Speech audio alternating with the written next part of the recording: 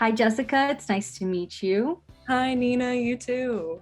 And hello, everyone watching. Welcome back to another episode of NFFTY Connect. I'm Nina. I'm a documentary filmmaker in the Northwest. Yeah, I'm currently a film student down near LA at Chapman.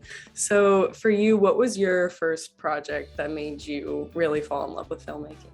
I think a lot of us start off fairly young. We get access to a camera, whether it's, your home family video camera, an iPhone, or I don't know, even something older. You get access to something that can record and you automatically start telling stories. And for me, I remember getting my family home camcorder and getting my neighborhood best friends, and we decided to create our own superhero girl group called O-Girls, and we were fighting bad guys into the night. We were just creating our own superheroes that we had seen on TV, but making it our own. And I remember we never wrote scripts. It was very kind of off the cuff, very improv. And I think that just kind of led me down more the route of nonfiction. I love how there's the unpredictability of it, that people are going to say something and you have just a camera and a microphone capturing their raw feelings or their raw emotions and thoughts. And there's something really magical about having it being non-scripted. And so that was my first project. What about you? Well, something about me is I'm more of a producer than a director or like sole content creator. So this film that I made on my own was definitely new waters for me. As a kid, I was absolutely on my iPad making iMovie trailers where you could just like click on it and add your own little clips. That was so much fun. Yeah, and then the first project that I really felt like was mine and I was really, really invested in was in high school. Again, you're right, no scripts ever. It was a note on my phone and it was just a simple little love story between a guy and his girlfriend, but his love of slushies is coming between them, and it was bright and colorful, and I felt like I was able to really be creative through it, which is something that is important to me as a producer who's usually dealing more on the logistics side. And then that led me to this film where I said, okay, no more putting up a cute story front. And being in high school, it's tough to bring other people on your projects. So this one, I just sat down and made it myself. And it was the first time that I was, first of all, using my own voice in my project, which was really scary, but also talking about, something related to activism, especially when you're 17, it's scary to like really defend your own opinions.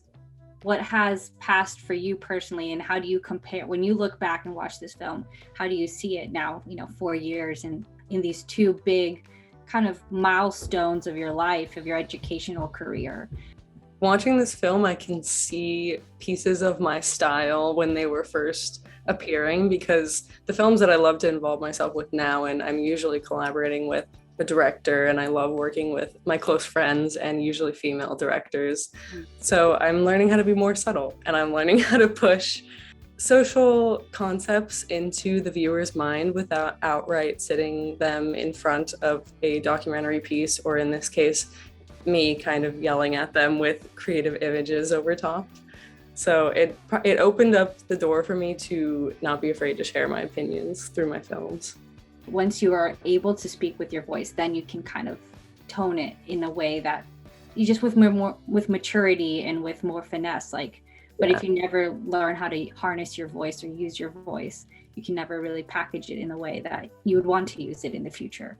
I know in my film, I was pretty scared of having my own voice narrating it, but then in your piece, Sisterly, you pretty much are the main character, and I'm not a documentary filmmaker, so I would love to hear you talk about what it's like to write yourself into a story. I started this film my freshman year in college, so I came in and I was like, I already know what I want to do for my thesis in senior year, which was true and not true. I had an idea. It wasn't exactly what I thought it was going to be.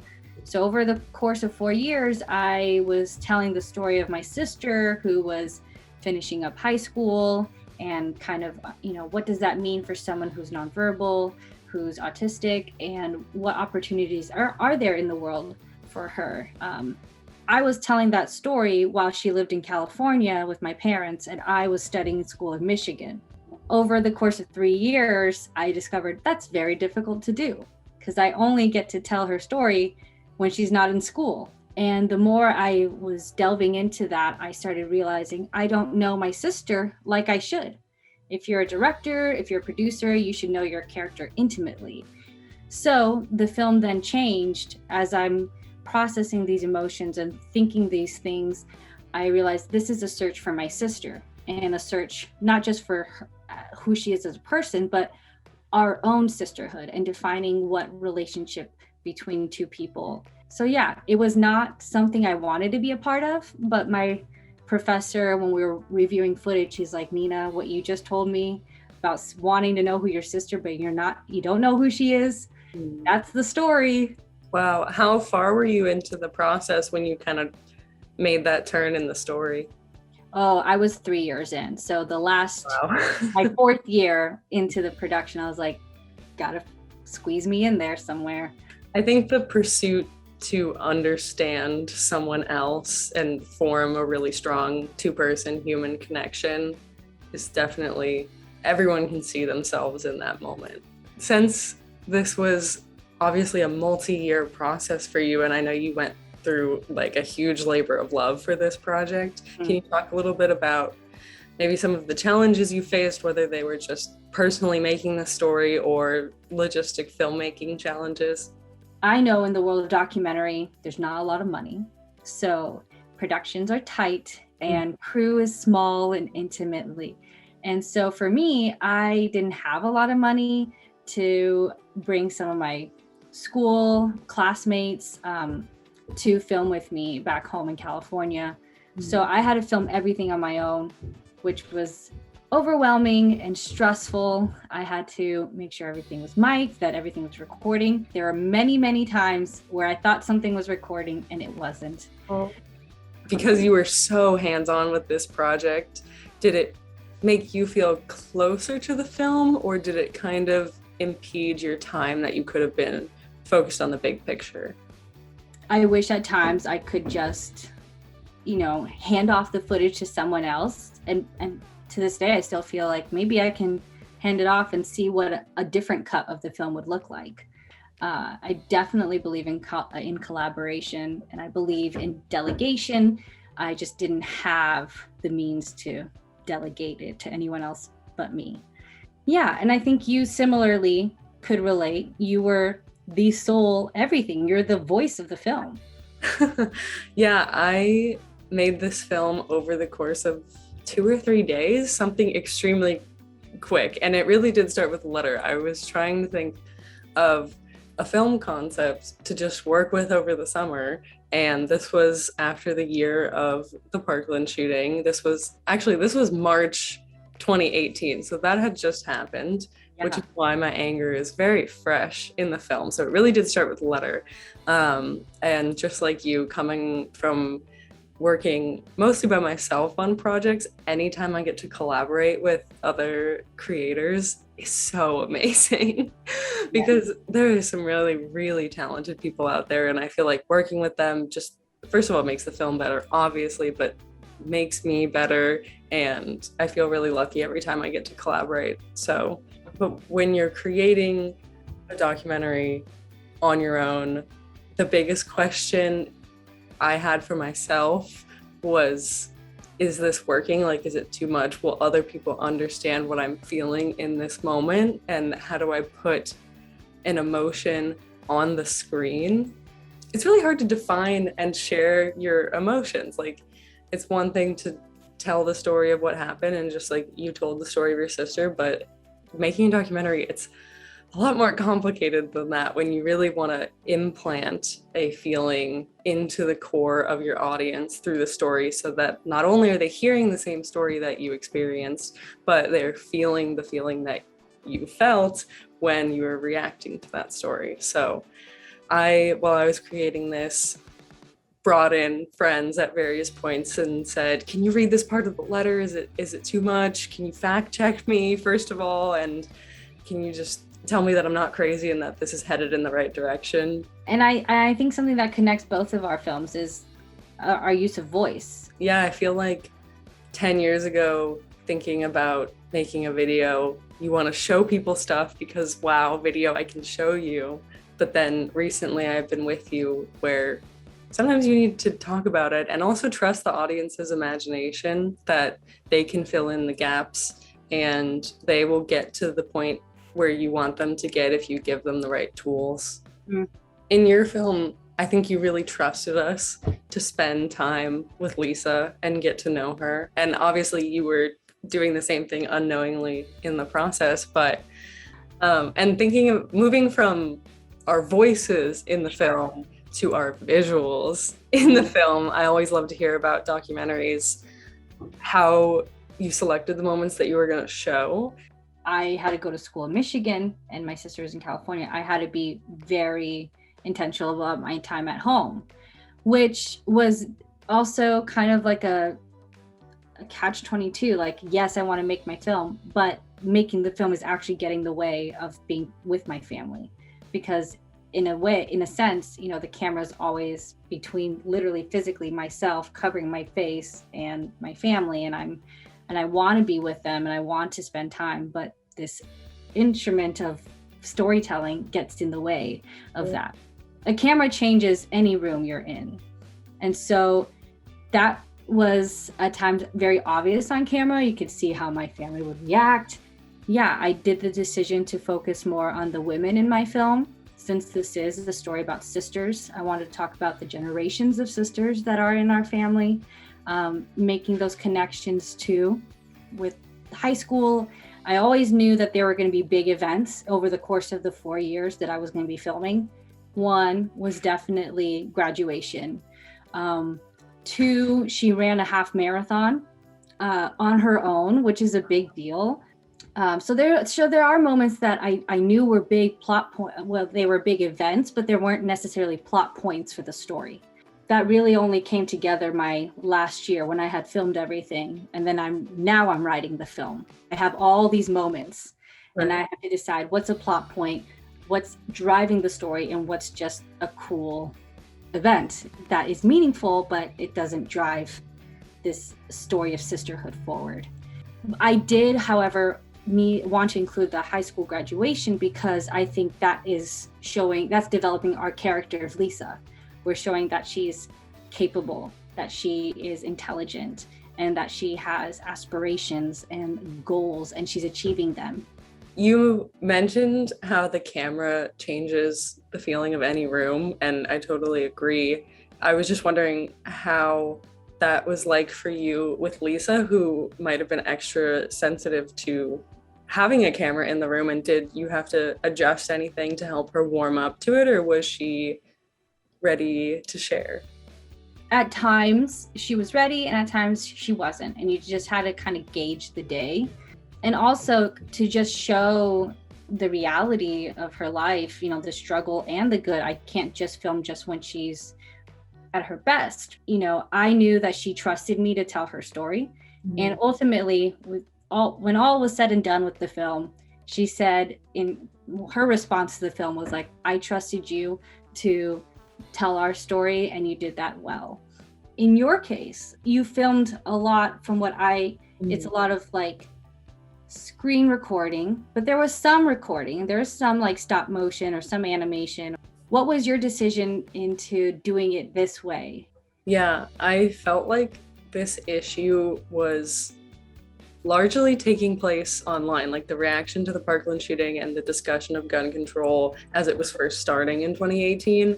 It felt like an online community discussion, and I was talking about it with people in person a little bit, but mostly I was looking at social media coverage of it, and so I felt like I was learning about this story through a screen, and it would do it justice best to show it through a screen.